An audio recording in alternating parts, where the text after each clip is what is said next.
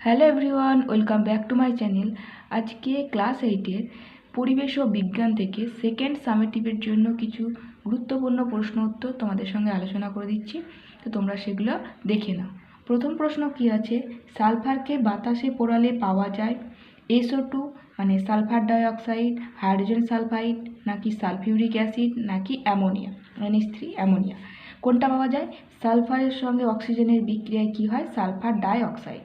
তাহলে প্রথম অপশনটাই হয়ে যাবে রাইট আনসার। ওকে, সালফার ডাইঅক্সাইডের গন্ধ কেমন? ঝাঁঝালো। ঠিক আছে, ঝাঁঝালো গন্ধযুক্ত সালফার ডাইঅক্সাইড পাওয়া যায়। নেক্সট, কঠিনীভবনের পর পদার্থের ঘনত্ব সাধারণত কি হয়? কঠিনীভবনের পর ঘনত্ব সাধারণত বাড়ে। ঠিক আছে, ঘনত্ব সাধারণত বেড়ে যায়। ঘনত্ব সমান কি? ঘনত্ব সমান আমরা কি জানি? ভর বাই আয়তন। আয়তনটা বেড়ে যাওয়ার জন্য কঠিন হওয়ার সময় আয়তন বেড়ে যাওয়ার জন্য আয়তন কমে যাওয়ার জন্য ঘনত্বটা বেড়ে যায় কঠিন হওয়ার ফলে। নেক্সট, একটি মৃদু তড়িৎ বিশ্লেষের উদাহরণ হলো NaCl, নাকি কপার সালফেট, নাকি এটা হচ্ছে অ্যাসিটিক অ্যাসিড CH3COOH, এটা হচ্ছে অ্যাসিডিক অ্যাসিড, নাকি KOH পটাশিয়াম হাইড্রোক্সাইড। কোনটা? তো এটা হয়ে যাবে রাইট আনসার। কোনটা? অ্যাসিটিক অ্যাসিড CH3COOH, এটা একটা জৈব অ্যাসিড আর একটা হচ্ছে মৃদু অ্যাসিডও। এটা হচ্ছে মৃদু তড়িৎ বিশ্লেষের উদাহরণ, অর্থাৎ জলীয় দ্রবণে এরা সম্পূর্ণরূপে আয়নিত হয় না। ওকে, তা এটা এই অ্যাসিটিক অ্যাসিড কোথায় দেখা যায়? ভিনিগারে থাকে। ভিনিগার সেটা হচ্ছে সেখানে অ্যাসিটিক অ্যাসিড থাকে। নেক্সট, গ্যালভানাইজেশন প্রক্রিয়ায় কোন ধাতুর প্রলেপ দেওয়া হয়? গ্যালভানাইজেশন প্রক্রিয়ায় যে ধাতুর প্রলেপ দেওয়া হয় সেটা হচ্ছে লোহার উপরে কোনো লোহার বস্তুর উপরে কিসের প্রলেপ দেওয়া হয়? লোহার উপরে জিঙ্ক বা দস্তা। জিঙ্ক আর দস্তা একই, তো জিঙ্ক বা দস্তা। তাহলে আমাদের কোন উত্তর হয়ে যাবে? তামা, সোনা, দস্তা, প্ল্যাটিনামের মধ্যে উত্তর হয়ে যাবে দস্তা। তাহলে গ্যালভানাইজেশন প্রক্রিয়ায় লোহার কোনো বস্তুর উপরে জিঙ্কের প্রলেপ দেওয়া হয়, সেটা হচ্ছে গ্যালভানাইজেশন প্রক্রিয়া। তাহলে কিসের প্রলেপ দেওয়া হয়? জিঙ্কের। কার উপরে দেওয়া হয়? লোহার বস্তুর উপরে। তাহলে দস্তা হয়ে যাবে রাইট আনসার। জিঙ্কের চিহ্ন কি? Zn।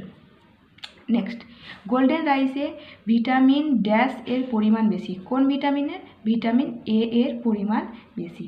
ভিটামিন A এর চাহিদা মেটাতে গোল্ডেন রাইস বলে যে রাইসটা সেটাকে তৈরি করা হয়েছে। ওকে, নেক্সট, শস্যাগারে ফসল সংরক্ষণে ড্যাশ গ্যাস চালনা করা হয়। ফসল সংরক্ষণের জন্য N2 গ্যাস, নাইট্রোজেন গ্যাস চালনা করা হয়। নেক্সট, বজ্রপাতের সময় যেখানে থাকা নিরাপদ তা হলো ছাতার নিচে, নাকি উঁচু গাছের কাছে, না জলাশয়ের ধারে, না পাকা বাড়িতে। তো এই অপশনটাও হবে না, এখানেও হবে না, মানে এগুলোর কাছে থাকা মানে নিরাপদ নয়।